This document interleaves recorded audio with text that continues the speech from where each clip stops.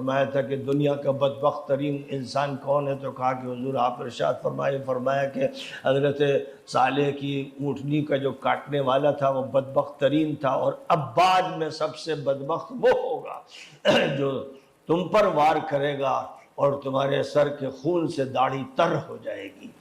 دیکھیے یہ ایک روایت پیش کر رہے ہیں، اور اس روایت میں جو ہے محدثین اس کو حسن لغیری کا، تو اس روایت میں پیشن گوئی ہے کہ علی رضی اللہ تعالیٰ عنہ کی شہادت ہوگی، کوئی ان پر وار کرے گا، اور پوری دنیا جانتی ہے کہ وار کرنے والا کون ہے، پکڑا گیا، گرفتار کیا گیا، اور اس پہ حد بھی نافذ کی گئی، قصاص میں اس کو قتل بھی کیا گیا، یہ سب جانتے ہیں۔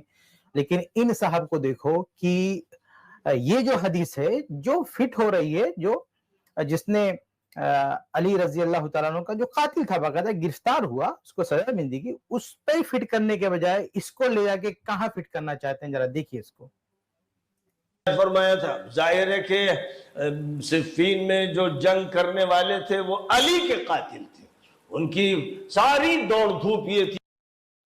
سنا آپ نے، کہتے ہیں کہ صفین میں جو جنگ کرنے والے تھے وہ علی کے قاتل تھے۔ کون؟ معاویہ رضی اللہ تعالیٰ عنہ۔ اللہ کے بندے تھوڑا سا پڑھ لو تاریخ، کہ علی رضی اللہ تعالیٰ عنہ کا قاتل معاویہ رضی اللہ عنہ کے گروہ کا کوئی فرد نہیں ہے۔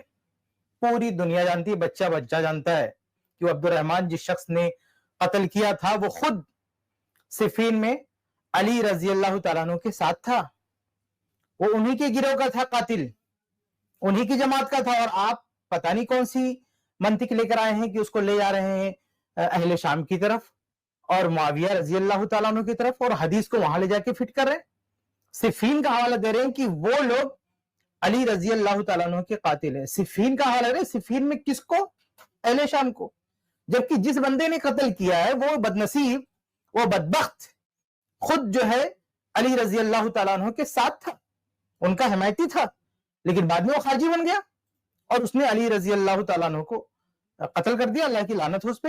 تو اس شخص کا نام لینے کے بجائے جو اصل قاتل ہے، یہ عجیب بات ہے، ان لوگوں کا پتہ نہیں، یہ جتنا بھی رافضی ٹولہ ہے اس کو پورا دن کے اجالے میں، سورج کے اجالے میں اس کو نظر نہیں آتا کہ قاتل کون ہے۔ قاتل مینشن ہے، پوری امت کا اتفاق ہے کہ یہ شخص قاتل ہے، اس کو سزا بھی ہو چکی ہے، اس کے باوجود بھی کسی اور کو قاتل بنا کے لا کے یہاں پہ پیش کری۔ یہ رافضیت کی دنیا ہے۔ بتائیے، عثمان رضی اللہ تعالیٰ عنہ کی شہادت ہوتی ہے، قاتل معلوم ہے کون ہے، اور اس کا الزام صحابہ کرام پہ معاذ اللہ۔ علی رضی اللہ تعالیٰ عنہ کی شہادت ہوتی ہے، قاتل معلوم ہے، الزام معاویہ رضی اللہ تعالیٰ عنہ پہ۔ اسی طرح سے حسن رضی اللہ تعالیٰ عنہ، حسین رضی اللہ عنہ، یہ جتنی بھی شہادتیں ہو رہی سب کا الزام لے جا کے بنوائیے پہ ڈال دو آپ، جبکہ جو قاتلین ہیں وہ خود وہ لوگ ہیں جو حمایت کا دم بھرتے تھے، جھوٹا دعویٰ کرتے تھے کہ ہم علی رضی اللہ تعالیٰ عنہ کے ساتھی ہیں، ساتھی کا دعویٰ کیا کہ انہی لوگوں نے قتل کیا، اور آپ اہل شام کے بارے میں بات کر رہے ہو۔ دیکھیں آگے کیا فرماتے ہیں، کہ علی کو قتل کر دے، حسن کو قتل کر دے، حسین کو قتل کر دے، وہ ہاتھ نہیں لگے تو بڑے بڑے بدری صحابہ کو، حدیبی صحابہ کو شہید کیا گیا، زمین کو۔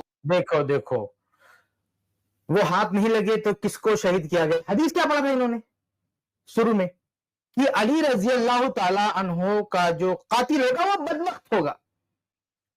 اب وہ حدیث پیش کر کے، یعنی قاتل علی رضی اللہ عنہ سے، یعنی علی رضی اللہ عنہ کے قاتل سے نفرت دلائی، ٹھیک ہے، اچھی بات ہے۔ پھر وہ حدیث مینشن کر کے آپ کو لانا چاہیے تھا نا سامنے جو اصل جو قاتل ہے، آپ وہ حدیث پڑھ کے پھر یہاں پہ آ جاتے ہیں اہل شام پہ اور کہتے ہیں کہ وہ لوگ قتل کرنا چاہتے تھے۔ اب اللہ اس کو ہدایت دے، یعنی حالانکہ یہ بھی جھوٹ ہے کہ قتل کرنا چاہتے تھے، یہ شخص کہنا چاہتا ہے کہ وہ قتل کرنا چاہتے تھے نہیں کر پائے، اس لیے حدیث ان پہ فٹ ہوگی۔ جو بندہ قتل کیا، قتل کرنا چاہتا تھا، قتل کیا، کامیاب ہوا قتل میں، بعد میں پکڑا گیا، مارا گیا، اس پہ حدیث نہیں فٹ ہوگی۔ یہ حدیث لاؤ گے آپ معاویہ پہ فٹ کرو گے، اب اس کے بعد کہنے کہ نہیں وہ کامیاب نہیں ہو پائے، علی رضی اللہ تعالیٰ عنہ کو قتل کرنے میں کام نہیں۔ اہل صفین میں سے، معاویہ اہل شام میں سے کسی بھی صحابی، معاویہ رضی اللہ تعالیٰ عنہ، عمرو بن عاص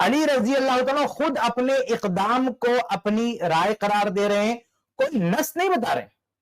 معاویہ رضی اللہ تعالیٰ عنہ کا بھی اجتہاد ہے, دونوں طرف اجتہاد ہے. ان دونوں طرف کے اجتہاد میں آپ کون ہوتے فیصلہ کرنے والے کہ علی رضی اللہ تعالیٰ عنہ حق پر تھے اور معاویہ کی اجتہادی خطا تھی؟ یہ پاور, یہ اختیار آپ کو کس نے دیا؟ ہم ابن تیمیہ رحمہ اللہ کی بات اس میں بہت بہتر ہے. وہ کہتے ہیں وہ جو حدیث ہے اللہ کے نبی صلی اللہ علیہ وسلم کی کہ میری امت میں 2 گروہ ہو جائے گا اور اس میں اقرب الی الحق وہ ہوگا جو خوارج سے قتال کرے گا, تو علی رضی اللہ تعالیٰ عنہ اقرب الی الحق ہے, کوئی شک نہیں. آپ یہ کہیں حدیث کی بنیاد پر, کوئی مسئلہ نہیں کہ اقرب الی الحق ہے.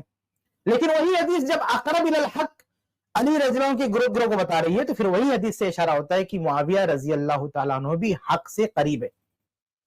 معاویہ بھی حق سے قریب ہے, علی رضی اللہ تعالیٰ عنہ بھی قریب ہے, دونوں قریب ہے, لیکن علی رضی اللہ عنہ بنسبت معاویہ کے اقرب ہے. حدیث کی روشنی میں آپ یہ کہہ سکتے ہیں محاکمہ کرنے کا حق آپ کو نہیں ہے. آپ یہ کہتے ہیں کہ نہیں بس ان کی ڈائریکٹ بولتے نہیں, ان کی اجتہادی غلطی تھی. یہ اجتہادی غلطی کو حضرت کاؤنٹر کرنے جا رہے ہیں. کاؤنٹر کرنا بہت دور کی بات ہے, اجتہادی غلطی ثابت تو کیجیے. آپ کون ہوتے ہیں اجتہادی غلطی پر ان کو بتانے والے؟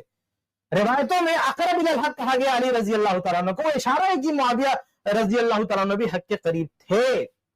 اس لیے آپ اس میں محاکمہ مت کیجئے صحابہ کے بیچ میں. آپ کے پاس کہاں سے وحی آئی کہ معاویہ رضی اللہ تعالیٰ عنہ کی اجتہادی غلطی تھی؟ یہ آپ کو کس نے بتایا؟ کوئی نص ہے آپ کے پاس؟ کوئی قرآن کی آیت ہے آپ کے پاس؟ کوئی حدیث ہے آپ کے پاس؟ یا اس دور کے لوگوں کا کوئی اجماع ہے آپ کے پاس؟ کوئی وحی آیا آپ کے پاس؟ کس نے آپ کو یہ حق دیا یہ کہنے کا کہ نہیں وہ ان کی جو ہے اجتہادی خطا کی؟ ہمیں معلوم ہے کہ بعض کے علماء نے کہا ہے, لیکن یہ علماء کا اپنا نظریہ ہے. اس وقت کے لوگوں کا یہ نظریہ نہیں تھا کہ سب نے اس پہ اتفاق کر لیا کہ نہیں ہم کو جو ہے غلط مانتے ہیں. نہیں, حدیث جو اشارہ کرتی اس پر آپ ایمان لائیے. ہم بھی ایمان لاتے کہ معاویہ رضی اللہ تعالیٰ عنہ حق سے قریب اور علی رضی اللہ عنہ حق سے اقرب ہیں. اچھا, اب یہ جب ہم قریب اور اقرب کی بات کرتے ہیں نا, تو ایک بندہ جو ہے وہ اچھل اچھل کے کہتا ہے کہ بھئی یہ حق سے قریب ہے اور یہ اقرب ہے, تو حق میں کون ہے کہ حق والا کہاں گیا جو مکمل حق ہے؟ تو اس میں دیکھیے ایک تیسرا گروہ بھی تھا صحابہ کا, سعد بن ابی وقاص رضی اللہ تعالیٰ عنہ کا, جو اس وقت صحابہ میں علی اور دوسرے جو صحابہ ہیں, یعنی علی رضی اللہ عنہ کے بعد سب سے سینئر صحابی وہی تھے عشرہ مبشرہ میں سے. تو سعد بن ابی وقاص رضی اللہ عنہ کا موقف یہ تھا کہ ہم جو ہے قتال نہیں کریں گے اور اس میں ہم کسی کا ساتھ نہیں دیں گے. اور ان سے جب کوئی پوچھتا تھا, بات کرتا تھا, تو یہ باقاعدہ یہ اور ان کے ساتھ جتنے گروہ تھے اس وقت جو علماء تھے, ابو ہریرہ رضی اللہ تعالیٰ عنہ, عبداللہ بن عمر رضی اللہ تعالیٰ عنہ, جتنے بھی اہل علم تھے, اور حتیٰ کہ اہل بیت میں سے اسامہ بن زید رضی اللہ تعالیٰ عنہ, سب کا یہی موقف تھا کہ ہم لڑائی میں حصہ نہیں لیں گے. اور جب ان سے کوئی پوچھتا تھا تو یہ باقاعدہ حدیثیں پیش کرتے تھے کہ اللہ کے نبی صلی اللہ علیہ وسلم نے یہی رہنمائی کی, یہی ہدایت دی ہے کہ ایسے فتنے رونما ہوں گے تو اپنے آپ کو گھروں میں بند کر لینا. یہ وہ صحابہ ہیں جو براہ راست حدیث پیش کر کے اپنے موقف پر اس سے استدلال کرتے تھے. ان صحابہ کے برعکس چاہے وہ علی ہو یا معاویہ رضی اللہ عنہما, ان دونوں میں سے کسی نے حدیث نہیں پیش کی کہ ہمیں لڑنے جا رہے ہیں اور ہمارے حق میں کوئی حدیث ہے. پوچھنے پر بھی انہوں نے کہا یہ ہماری رائے, ہمارا اجتہاد ہے. لیکن وہ جو صحابہ تھے سعد بن ابی وقاص رضی اللہ تعالیٰ عنہ کا موقف رکھنے والے, وہ پوری طرح سے مطمئن تھے, وہ اپنے آپ کو حدیث پر عمل کرنے والا بتلاتے تھے, اللہ کے نبی صلی اللہ علیہ وسلم کی جو وصیت تھی, جو نصیحت تھی, اس پہ چلنے والا بتاتے, اس لیے وہ حق پر ہے.